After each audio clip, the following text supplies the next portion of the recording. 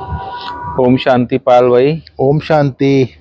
आज बाबा ने खास पावन बनने की युक्तियाँ बताई है जी। कि बच्चे संपूर्ण पावन बनना है और विक्रम नहीं करना है कोई भी कर्म इंद्रियों से। और बाबा ने पारस बुद्धि बनने का भी आज खास इशारा दिया है और स्वर्ग और नर्क का दोनों कॉन्ट्रास्ट भी बताया बाबा ने, कलयुग और सतयुग का। तो थोड़ा आप डिटेल में बताएंगे आज के मूल्य के आधार पे। ओम शांति। ओम शांति। आज बाबा ने कहा, जी मीठे बच्चे, जी, तुम्हें संपूर्ण पावन बनना है, बराबर। तो किसी को दुख नहीं दो, जी कोई भी कर्म इंद्रियों से विकर्म नहीं करो जी, और बाप के फरमान पर चलते रहो। बराबर। तो किसी को दुख नहीं दो। तो दुख नहीं देना माना मनसा वाचा कर्मणा तीनों बात आ जाती है। तीनों बात। हाँ, और उसमें स्वयं को भी दुख नहीं दो और जी, अन्य आत्माओं को भी दुख नहीं दो। बराबर। दुख देने का किसी को संकल्प भी नहीं आना चाहिए, मैं इसका ऐसा करूं वैसा करूं।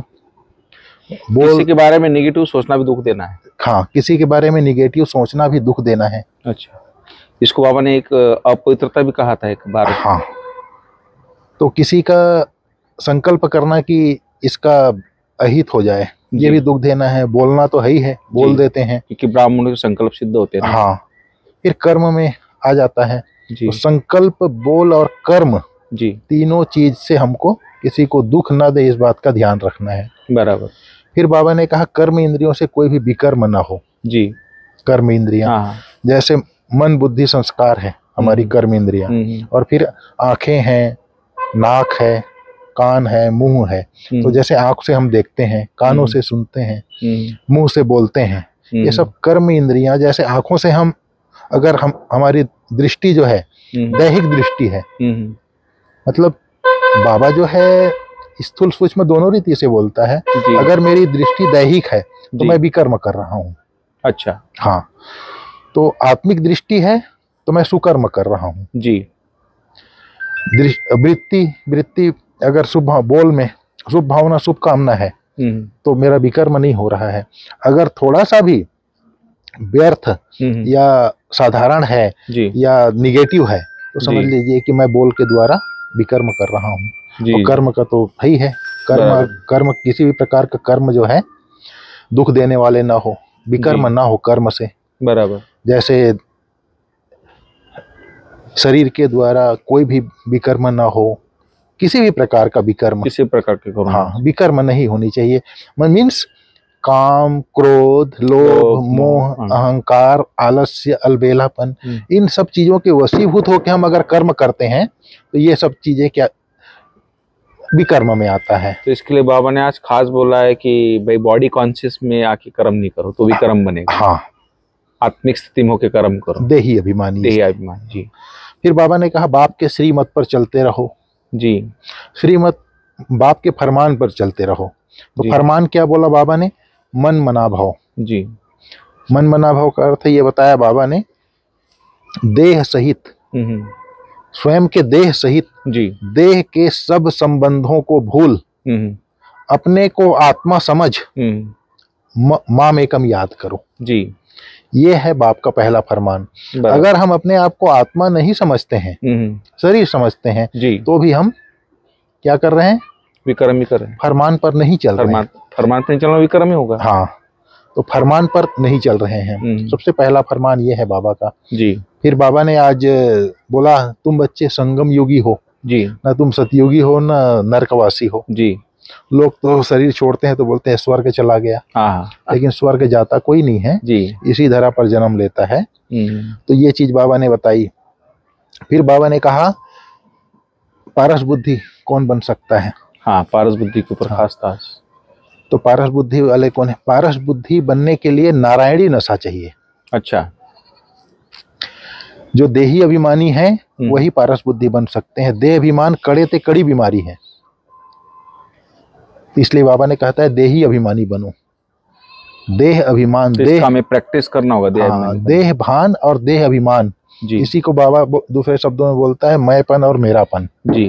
देह भान में आता है 5 विकार जी मोटे मोटे, जी। और देह अभिमान में सूक्ष्म नाम शान, नाम मान शान, विशेषता, सेवा में सफलता, मैंने किया, मैं ही कर सकता था, ये और कोई नहीं कर सकता था मेरे अलावा, ये जो देह अभिमान है, जो मेरे बिना पूछे कर लिया, हाँ मेरे बिना पूछे कर लिया, तो ये सब बातें सूक्ष्म है जी, वो सब चीजें आती है देह अभिमान में। बराबर।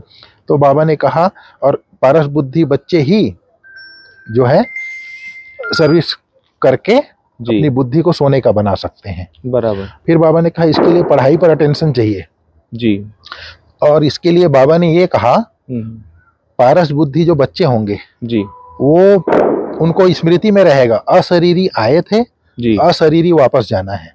बराबर। इस दुनिया में क्या रखा है जी, एक कलयुगी दुनिया में कोई सार नहीं है। जो पारस बुद्धि बनने वाले बच्चे हैं उनके मन में यही रहेगा, मैं परम धाम से आई थी जी, सतो प्रधान अवस्था में आई थी जी, अब जो है सारा 84 जन्म का पार्ट मैंने बजाया है जी। अभी शिव बाबा जब सृष्टि में धर्मग्लानि होती है तब आते हैं, बराबर, आकर के फिर सतो प्रधान बना करके ले जाते हैं, बराबर। तो अभी वापस जाने का समय है, मुझे सतो प्रधान बन करके जाना है जी। अभी देह भान देह अभिमान में मैं हूँ, अभी अब मुझे देही अभिमानी बनना है, अशरीरी बनना है।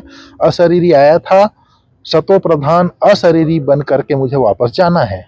इस दुनिया में कोई सार नहीं है, बराबर। ये जो है पारस बुद्धि बच्चों की बुद्धि में रहती है। बाबा ने सारा क्लियर किया, बाबा ने सारा क्लियर किया, और हमारे सामने हमने देखा है पारस बनने वालों को जी।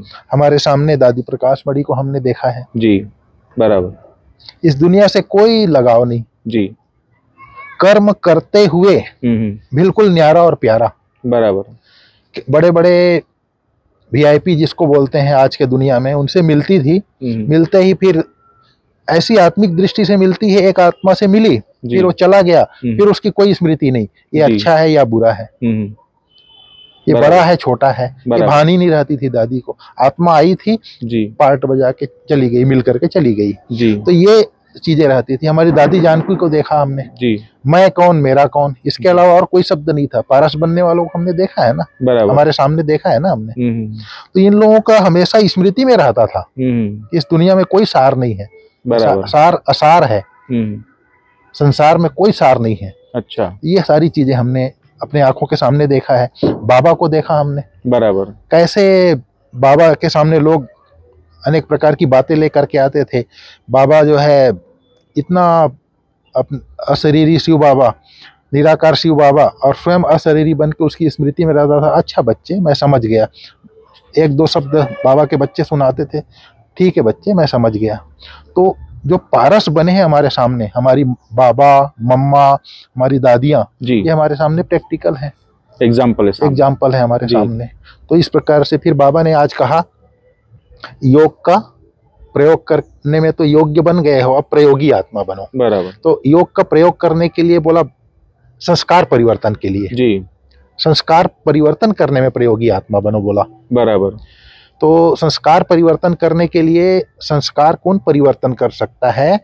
मेन चीज आप ये देखिए, संस्कार, मन बुद्धि और संस्कार जी, ये 3 शक्तियां हैं जो जी आत्मा की जी। तो मन बुद्धि संस्कार को जो स्वराज्य अधिकारी है जी, जो स्वराज्य अधिकारी है वही अपने मन बुद्धि और संस्कार को अपने कंट्रोल पे रख सकता है, बराबर। तो संस्कार परिवर्तन करने के लिए विशेष योगी बनना है और अपने संस्कारों के ऊपर प्रयोग करना है। जो पुराने संस्कार हैं वो ऑटोमेटिक जैसे जैसे हम स्वराज्य अधिकारी बनते जाते हैं, संस्कार हमारे कंट्रोल में मैं संस्कार के वश अभी हो जाता हूँ या हो जाते थे, लेकिन जैसे जैसे आत्मा जो है स्वराज्य अधिकारी बनती जाती है, संस्कार हमारे कंट्रोल में आ जाती है। तो ये संस्कार परिवर्तन होता जाता है जैसे जैसे हम योगी बनते हैं, और योग करते हैं, कराते हैं, उसमें तो योग्य ही है, लेकिन अब उसको संस्कार परिवर्तन करने में प्रयोग करो बोलता है बाबा। फिर बाबा ने आज स्लोगन बोला जी, जो अनुभवी आत्माएं हैं जी, वो वायुमंडल और संग के रंग के प्रभाव में नहीं आ सकती, नहीं आए। अनुभव एक अथॉरिटी है जी। अगर मान लीजिए कोई व्यक्ति शक्कर का टेस्ट ले लिया है जी, अब कोई नमक को खिला दे और बोले शक्कर है, तो मानेगा क्या? नहीं मानेगा, तो अनुभवी है ना। तो जीवन में जो अनुभवी बन जाता है कि कैसा संग है, किसका संग नहीं करना है, कैसा वायुमंडल है। मान लीजिए वायुमंडल में कोई व्यक्ति निगेटिव बातें कर रहा है, साधारण बातें कर रहा है, तो उस वायुमंडल में नहीं जाएगा। अनुभवी है क्योंकि जानता है, ऐसे संग के रंग में नहीं जाएगा। तो हर बात का अनुभवी बनना, हर बात का अनुभवी बनना है। तो बाबा ने आज ये एक तो पावन बनने के लिए बोला आज, मीठे बच्चे में, मीठे बच्चे पावन बनो। दूसरा, पारस बुद्धि बनने वालों को, पत्थर से पारस बनने वालों को नारायणी नशा चाहिए। तीसरा, योग का प्रयोग करके संस्कार परिवर्तन में प्रयोगी आत्मा बनो। चौथा, कर्म इंद्रियों से कोई विकर्म ना, कर्म इंद्रियों से कोई विकर्म नहीं करना। हाँ, मतलब देही अभिमानी जो बच्चे हैं, फिर कर्म इंद्रियों से कोई विकर्म नहीं होगा। फिर अनुभवी आत्माएं न वायुमंडल के प्रभाव में आएंगी, न संग के रंग में आएंगी। बहुत धन्यवाद पाल भाई। ओम शांति। ओम शांति। Thank you.